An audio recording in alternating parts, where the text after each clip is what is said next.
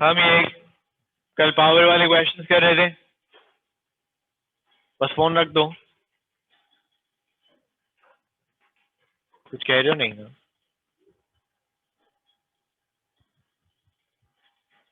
Okay, a car of mass 1250 kg travels on a straight horizontal road. It experiences a resistive force of magnitude 25 V newtons. सही है, तो resistance जो है वो 25 V है. The maximum speed of the car on this road is 60. वो कह रहे हैं maximum power बताओ. सही है, maximum power बतानी है. कैसे बताऊं?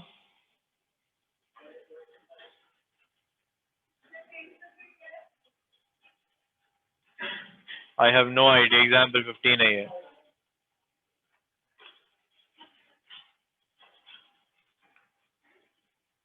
Maximum power.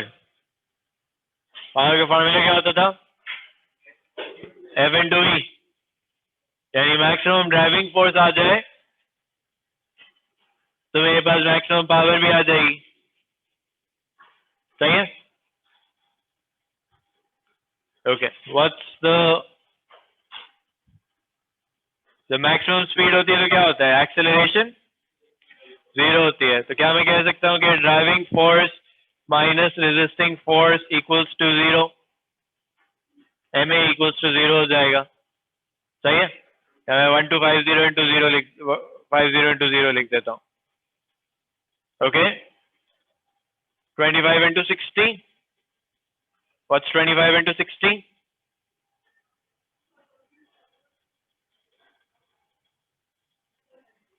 Okay, so power equals to FB. Power equals to FB 1500 into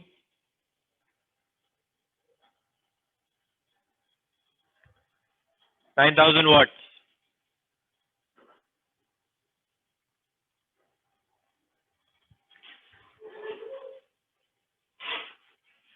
The car's maximum possible acceleration when its speed is 30. सही है. Maximum possible acceleration when its speed is 30. कैसे calculate करूंगा? F equals to ma से calculate होगी. Right, वहां से फिर F क्या होगी? लेकिन F अगर तुम F भी अननोन रखोगे, A भी अननोन रखोगे तो फिर फाइंड कैसे करोगे?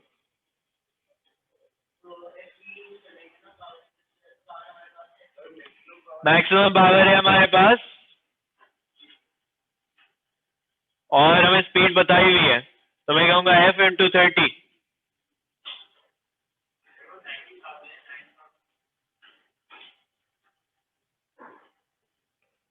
सही है, 90,000.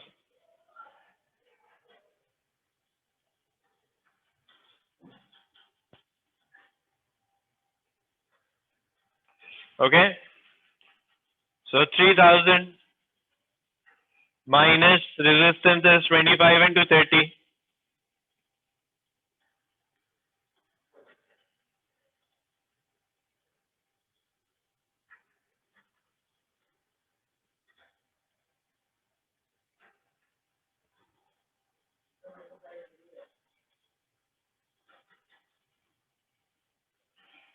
Two 25 over 125. 9 over 4. Okay, 2.25.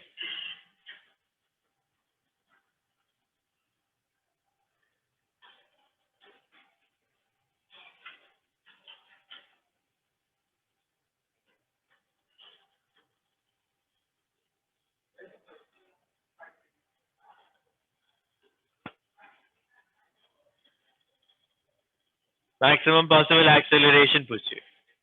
तो मैंने मैक्सिमम जो उस वक्त की ड्राइविंग फोर्स थी वो ड्राइविंग फोर्स निकाल ली और उससे मैंने F इक्वल्स टू ma लगा दिया. हमजा आदिल फोन यूज करना बंद करो. 9 over 5 होगा 1.8.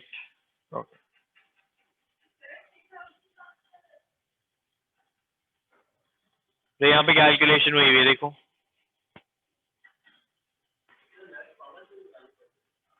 मैक्स पावर तो पहले पार्ट में निकाली थी कि इंजन मैक्सिमम पावर कितनी एग्जर्ट कर सकता है, सही है। अगर 90,000 पावर एग्जर्ट कर सकता है तो स्पीड 30 हो तो फोर्स आ जाएगी।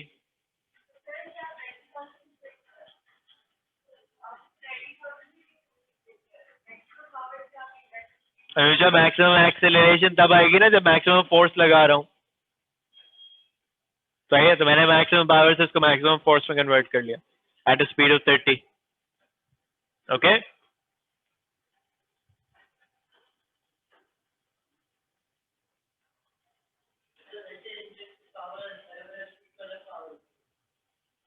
पावर अलग अलग हो सकती है, कांस्टेंट पावर भी हो सकती है, उसमें फोर्स चेंज होती रहेगी। याद है power is force combination of force and velocity, so depend करता है क्वेश्चन क्या कह रहा है।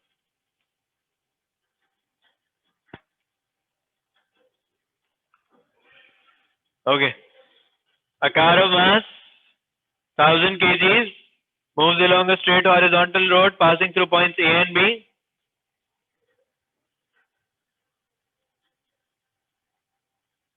1000 kgs moves along a straight horizontal road passing through points A and B. The power of its engine is constant and equal to 15,000 watts. सही है। So power उसने कहा कि constant and 15,000 watts है। Watts 15,000 लिख देता हूँ। The driving force exerted by the engine is 750 newtons. So driving force जो है वो 750 newtons है at A and 500 newtons at B. तो यानी ड्राइविंग फोर्स चेंज हो रही है ना।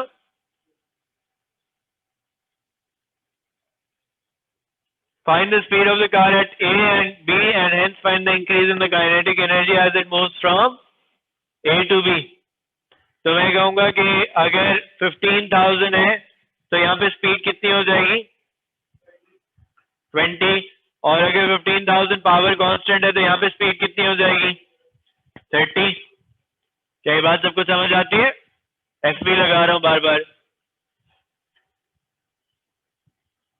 Find the speed of force into velocity power के लिए, सही है। चेंज इन के ही निकालना है, हाफ एम, एम दिया हुआ v square minus you square.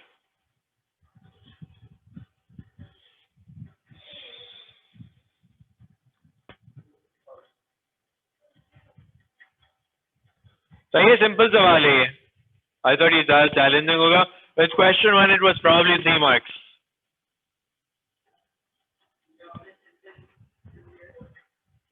इसमें पूछा हुआ है find the increase in kinetic energy, तो half M B square minus you square, सही है ना। He travels up a straight hill inclined at 1.2 degrees to the horizontal.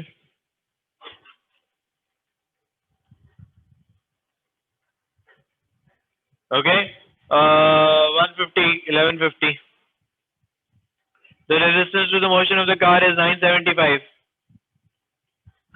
Find the acceleration of the car at an instant when it is moving at a speed of 16. यानी उसने बताया हुआ है कि V16 है and the engine is working at 35,000 watts. तो ये भी सिंपल सवाल है।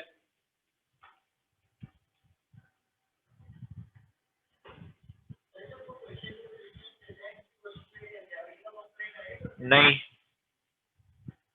that's not added, खुद ही ऐड करना पड़ेगा। क्या कौन बोल रहा है पहले ये बताओ। हॉरिजॉन्टल वो प्लेन की डायरेक्शन में रिजॉल्व करोगे उसको, सही है। कितना बनेगा 11,500 cos 1 point sin 1.2।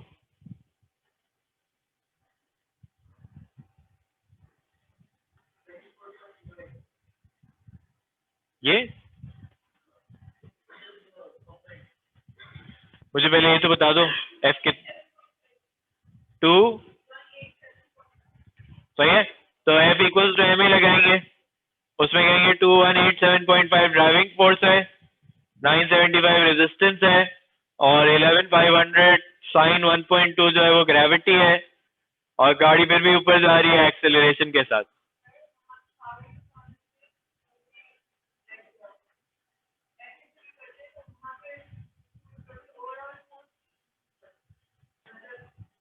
It's Anuja, it's the power of the engine, right? So it's the force of the engine then. Engine कितनी फोर्स एक्सर्ट कर रहा है? हाँ, ड्राइविंग फोर्स है ये, सही है।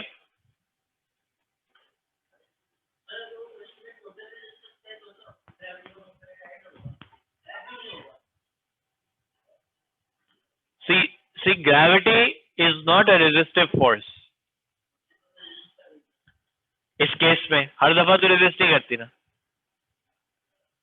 सही है। So you can not put that under that heading. Resistance force जब यहाँ पे कहता है ना, तो दो तरह की फोर्सेस को वो ऑटोमेटिकली इंक्लूड कर रहा होता है, एक एयर और एक फ्रिक्शन को। Okay, that's what it means when it says resistive force in your M1 exam. क्या हुआ?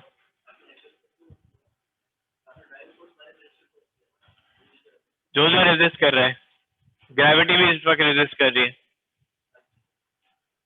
सही है। सबको समझ आया? क्या आया था एक्सेलरेशन? 1 पॉइंट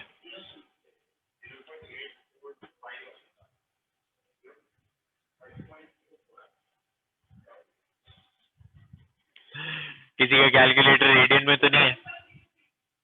1.03 एग्जैक्ट कर लो ना भाई,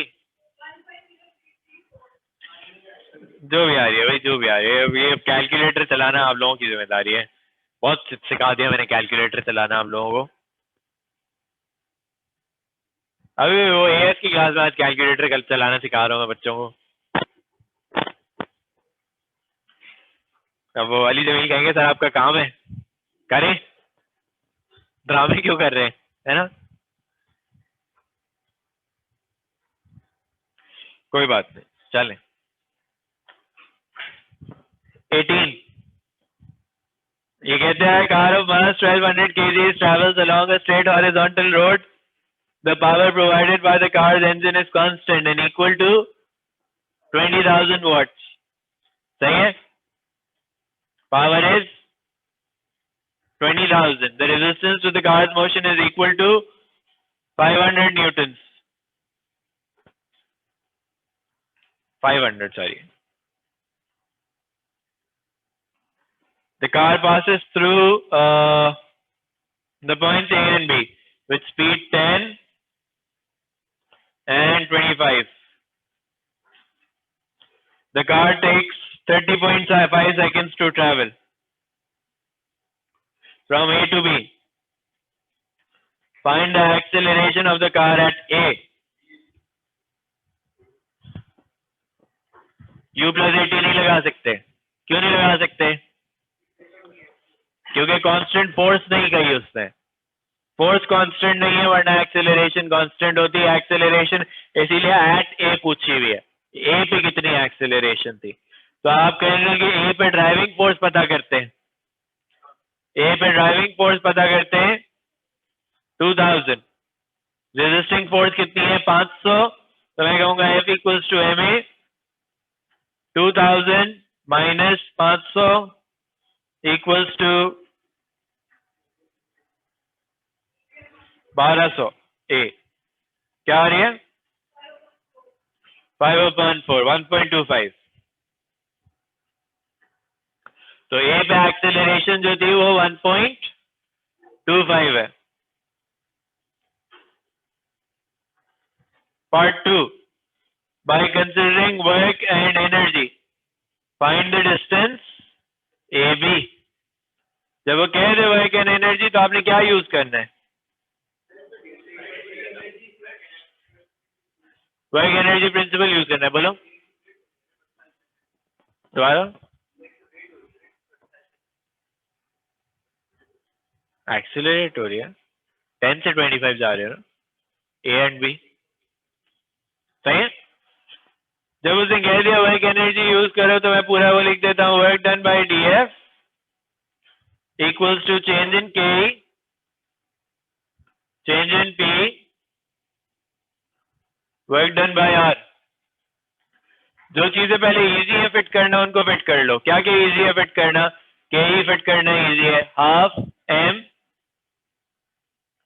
वी स्क्वायर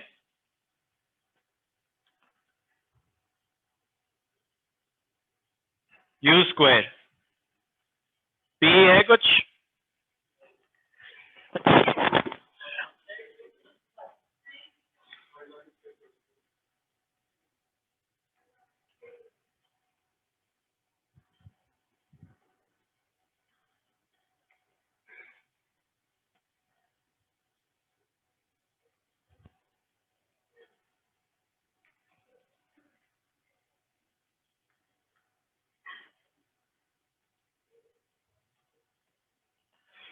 सही है।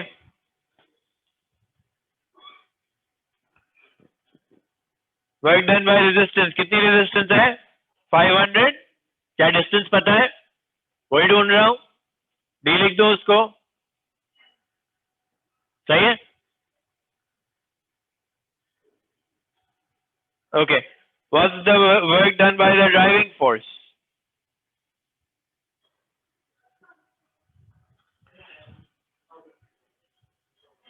2000 कहाँ लिखा हुआ है? ड्राइविंग फोर्स भी चेंज हो रही है। फिर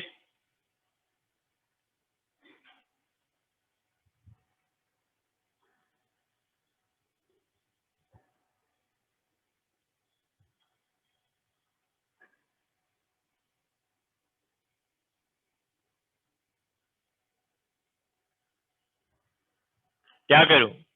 There is something else in the question. Driving force का डिस्टेंस कैसे पता करूं? एक मिनट अलीजान बताओ, ड्राइविंग फोर्स का डिस्टेंस कैसे पता करूं?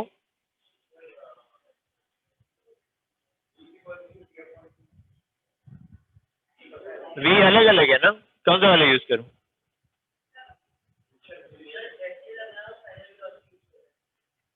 क्यों फाइनल क्यों? वो तो through out the motion distance तो कवर हो रहा है ना। वो तो तुम्हारे पास एंड की ड्राइविंग फोर्स आ जाएगी, तुम्हारे पास कोई ड्राइविंग फोर्स थ्रू आउट तो नहीं आई। अब नेट कैसे निकालूं? तुम नेट फोर्स निकालने हो कह रहे हो? How does net force does not mean it's acting throughout. There is one thing that you haven't used in the question, time नहीं यूज किया अभी तक। तो पावर का फॉर्मूला क्या होता था?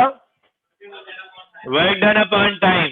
तो अगर इंजन की पावर है तो इंजन का वर्क डन आ जाएगा ना। Does that make sense to everybody? So work done is unknown, time is 30.5। अब नहीं यूज किया हुआ था तो मैंने यूज किया उसको। कितनी थी पावर? 20,000। कितना वर्क डन आया? 20,000 इंटू 30.5 कितना होता है?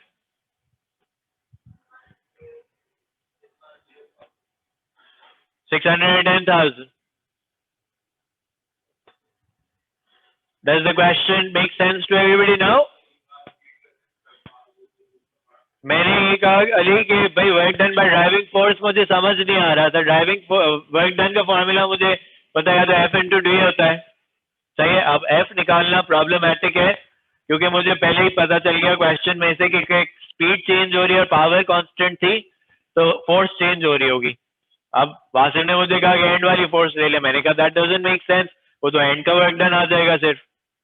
मुझे तो through out the motion work done पता करना है और फोर्स वेरिएबल है तो कोई टोटल वर्क डन हुआ होगा।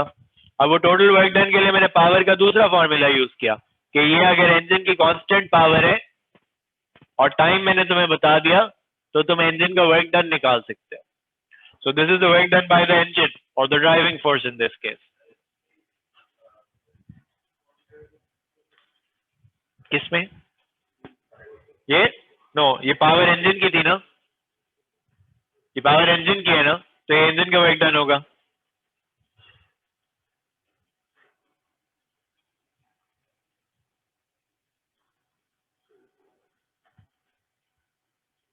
Clear, sure, any question? ये 9 मार्क्स का सवाल है, ये आखिरी वाला, ये 9 है।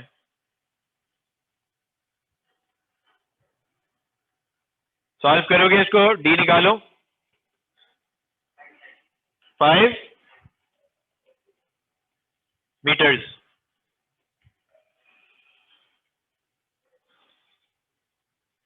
सही है। मैंने आपसे कहा था ना कि दोनों फॉर्मूलाज यूज होते हैं पावर के, एफ भी यूज होगा, वर्क डन अपॉन टाइम भी यूज होगा।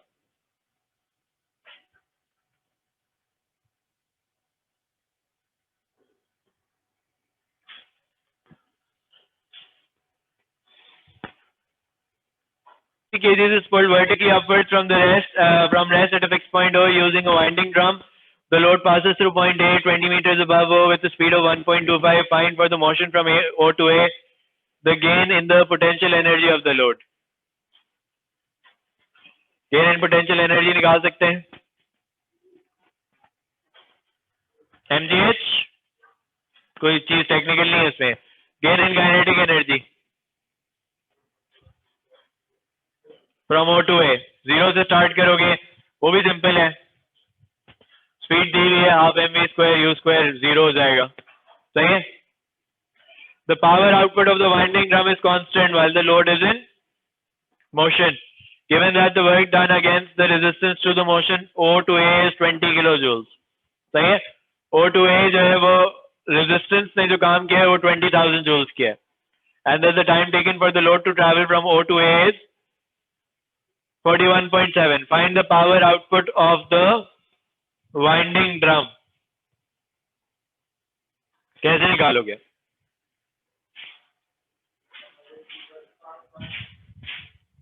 क्या? आई डोंट थिंक इतनी डिटेल में जाने की जरूरत है वैसे।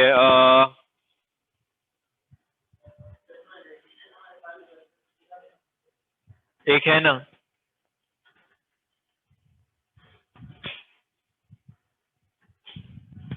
एक मिनट सॉल्व करते हैं इसको।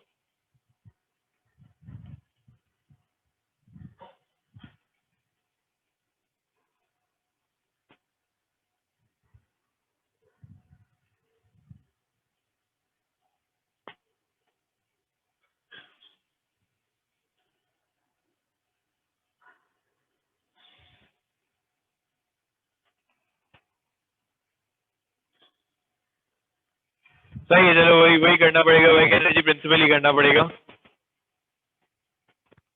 रेजिस्टेंस आ गई है ना इसलिए। सही है।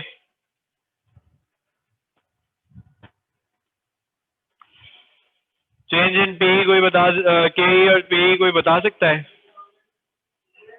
कितनी? सॉरी, इसका 20 पी बता रहे हो, और दूसरी वाली कितनी थी?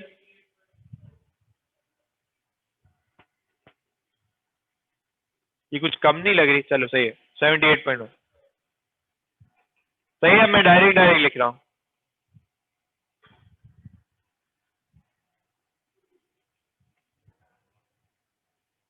वर्क डन बाय रेजिस्टेंस कितना है? 20,000।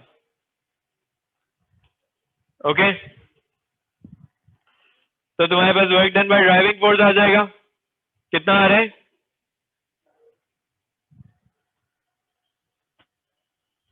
कितना आ रहा है?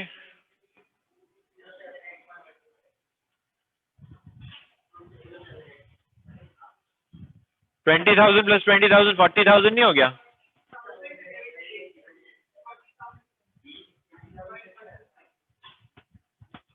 पी 20,000 कैसे आया?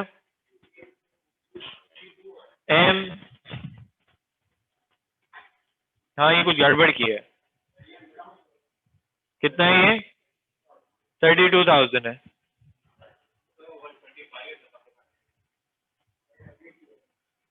क्या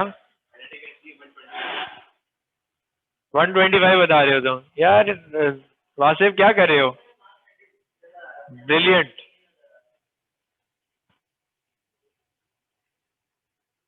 ये तुम अली जमील वाले रास्ते पे चल पड़े हो, किताब ना लाने वाले।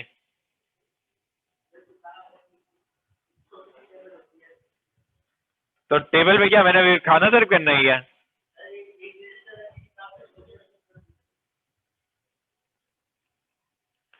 सही है 520125 नहीं कुछ गड़बड़ कर दी है 10 ज्यादा है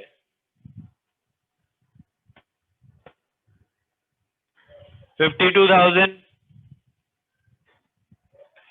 सही है ये work done by driving force है डिवाइड बाय क्या करूंगा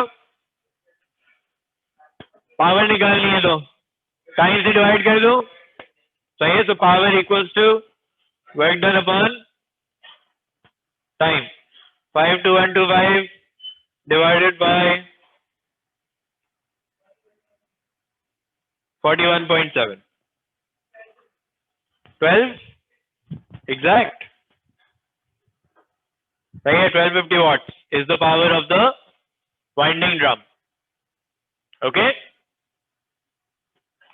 एक ही प्रिंसिपल है बार बार इस्तेमाल वही हो रहा है there is nothing different about it इस क्वेश्चन में मार्क्स इसलिए कम थे कि ये दो वैल्यूज आप पहले से कैलकुलेट कर चुके थे okay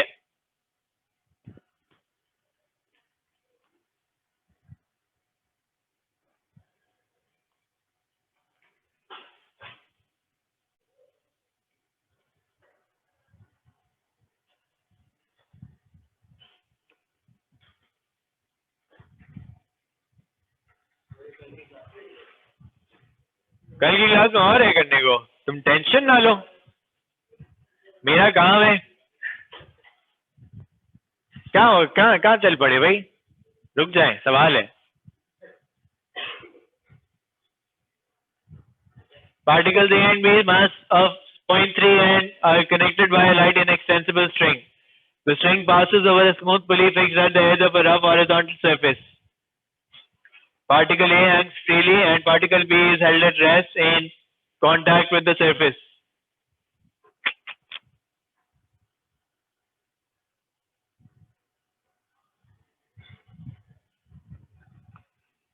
Okay, the coefficient of friction between B and the surface is 0.7. So mu is 0.7. Particle B is released and moves on the surface without reaching the pulley.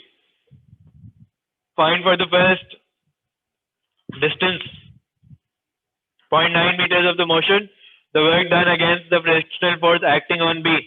The frictional force acting on B निकालनी पड़ेगी इसमें R भी जो हो जाएगा वो 3 आ जाएगा तो फ्रिक्शनल फोर्स कितनी हो जाएगी frictional force is 0.7 into 3 which is 2.1 work done against the frictional force का मतलब होता है बाय द फ्रिक्शनल फोर्स तो हम कह देंगे 2.1 into 0.9 सही है सारी वही बातें अभी तक There is nothing different about it. मैंने सिर्फ फ्रिक्शनल फोर्स निकाल लिया इसको डिस्टेंस से मल्टीप्लाई कर दिया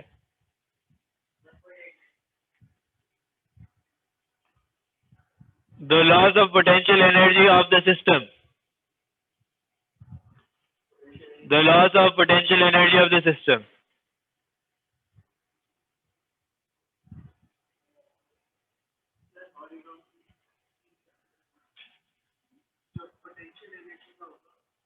हाँ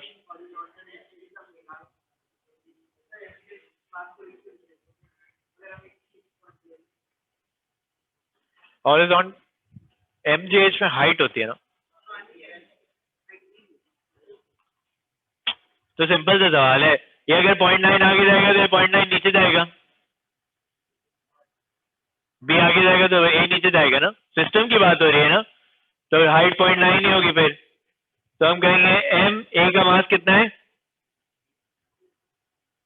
ईच 0.3 है ना तो 0.3 M G H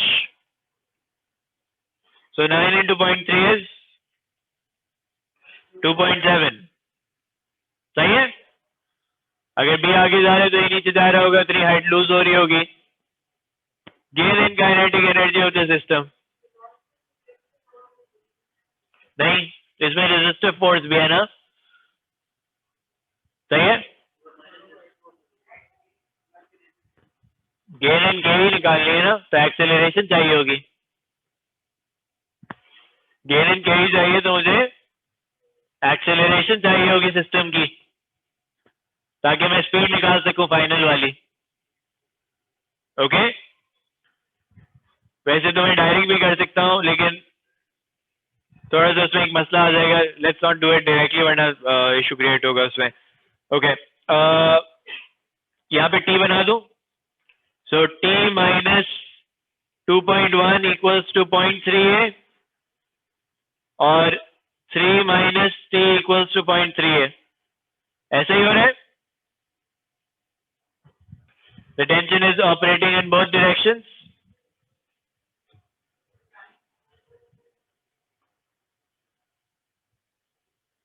So I cancel out t's. I get 0.9, 0.68, 0.9 over 0.6. कितना आ रहा है? I think there might be a shorter way out. देख लेते हैं अभी। I don't know for sure, but let's. 1.5 आ रही है। U was 0, A is 1.5, S तुमने 0.9 निकाला है।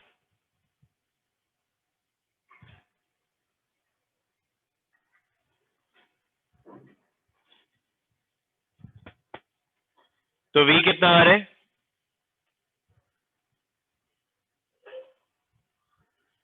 Can someone do E square equals to U square plus 2AS? There's something I'm missing out in this question. Let me just find an answer and then I'm going to tell you.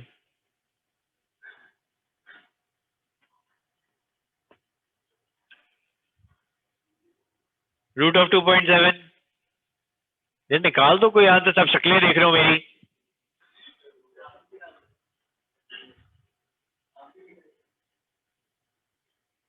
To 2.7, root of 2.7. So half m v square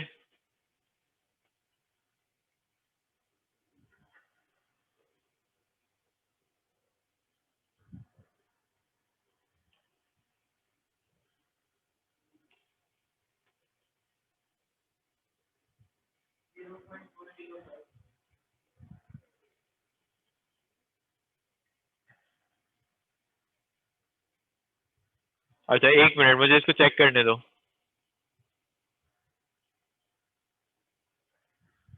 एमन की book है किसी के पास?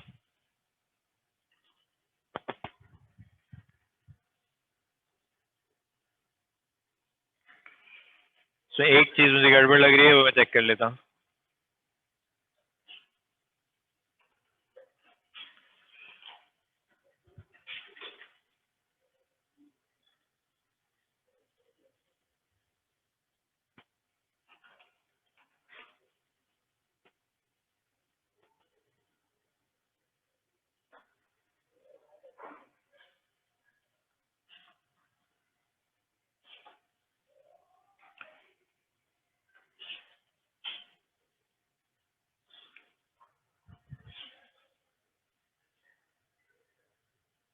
कितनी आ रही है ये? 405। उसने पूछा है ऑफ द सिस्टम, आंसर है 0.81। क्यों? मल्टीप्लाई बाय 2 है। बी भी गेन कर रहा होगा काइनेटिक एनर्जी, ए भी गेन कर रहा होगा kinetic energy. Does that make sense कि बी की भी स्पीड बढ़ रही है और ए की भी स्पीड बढ़ रही है, तो पूरे सिस्टम में कितनी काइनेटिक एनर्जी गेन हो रही है? 0.81। इसको मल्टीप्लाई बाय 2 करना पड़ेगा। Okay make sense?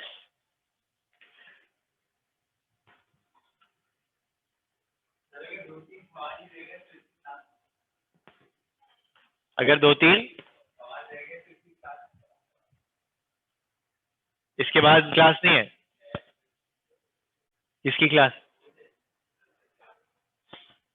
वो तो तुम नहीं छोड़ सकते। तो बस फिर 10:52 हो गए, तुम्हारे हिसाब से टाइम खत्म नहीं हुआ?